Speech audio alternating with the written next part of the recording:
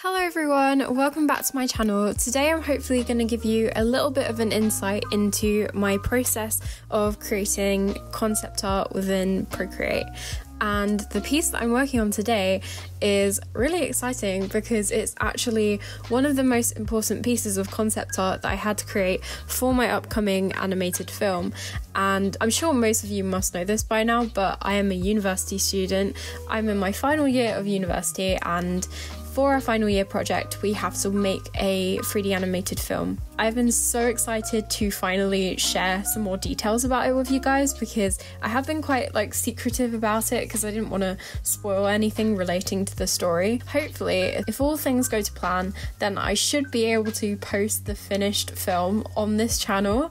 And I'm so excited because literally the whole past academic year, I've poured so much time and effort into this film along with my amazing team members and freelancers as well. So I'm so excited to share more about that. This was a really challenging painting for me to do because I had a fully coloured background as well. I was also kind of experimenting with some Procreate brushes, and I'll talk a little bit more about that later. And before we properly get into today's video, I just want to say thank you so much Skillshare for supporting my channel. I've been binging Chris Hong's videos on YouTube because I love her artwork, and I was so excited when I found out that she has a Skillshare class. It's called Level Up Your Portrait Drawing, and it has 12 lessons, and words cannot describe how incredibly helpful this class has been for me. I've been sort of in a bit of a creative rut, and this kind of helped me get back into doing portrait studies again. I've mentioned this before, but I really like the way that classes are set up on Skillshare, and if you're not familiar with the platform, it's basically like an online learning community.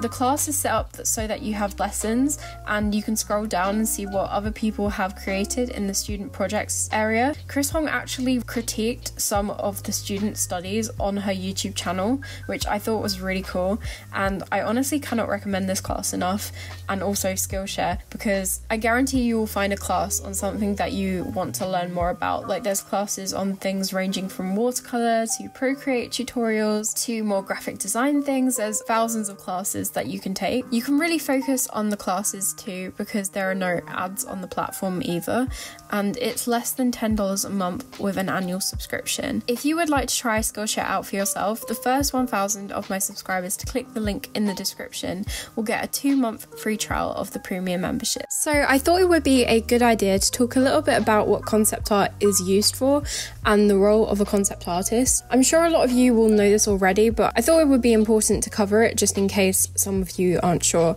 So basically, concept art is a really important part of the pre-production process of a film, and that is because it's used to visualize what the film is going to eventually look like. So concept artists will design everything from the characters to the environments and props, and if you're making a 3D animated film like what I was making, then that gets passed on to the 3D modeler, who will basically translate all of your drawn designs into 3D to then be animated and made part of the film.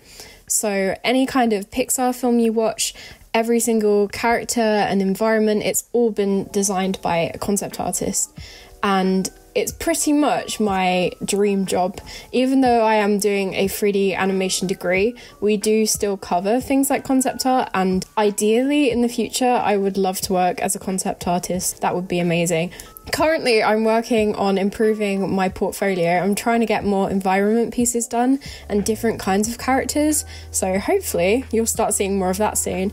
On the side, I'm still working on 3D animation, but I think I've mentioned this before in a video. 3D animation is so hard, and I used to not think it was that difficult either until I did it. And then I realized, oh my goodness, this is a lot harder than it looks. I have a lot of respect for 3D animators because it can be quite tedious to get a shot to look right. You have to go through multiple critiques to get it to the point where it's looking good. So yeah, now that I've kind of spoken a little bit about what concept art is used for, I'm going to talk a little bit about why I had to do this specific piece of concept art.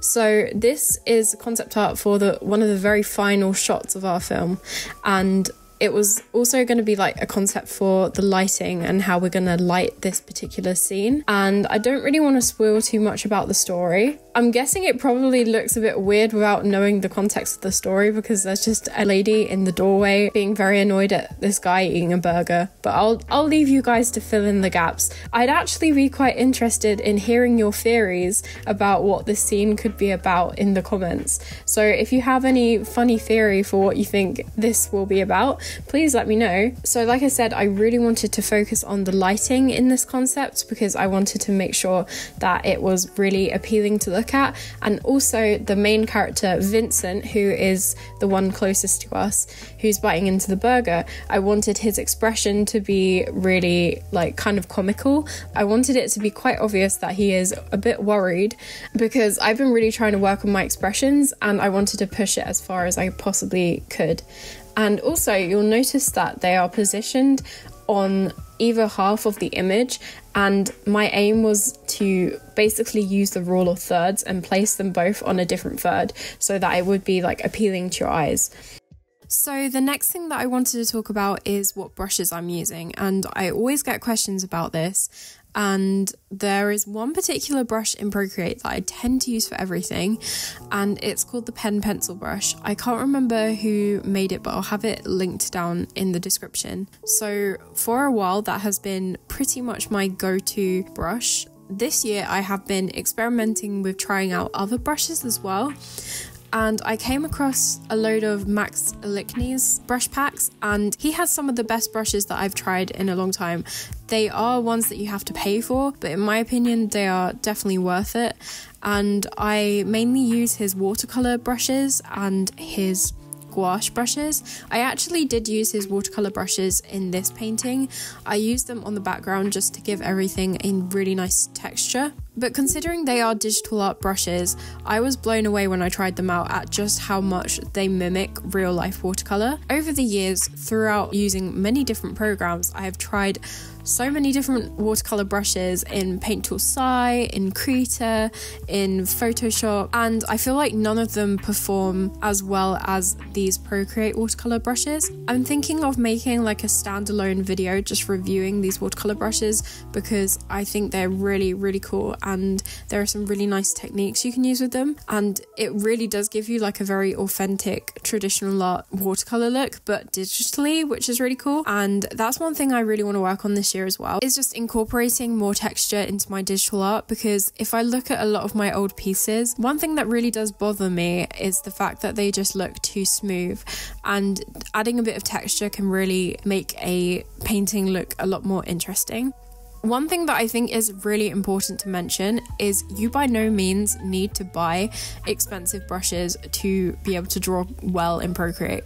A lot of the Procreate default brushes are really, really good, and I see a lot of people making the mistake of thinking if I buy this certain person's brush sets, then I'm going to draw just like them, or I'm going to suddenly become amazing overnight. You can create an amazing painting just using default brushes in Procreate. It doesn't matter what brushes you're using. I just wanted to say that you shouldn't ever feel like you have to buy brushes to create something really good. Especially Procreate's inking brushes are really, really nice.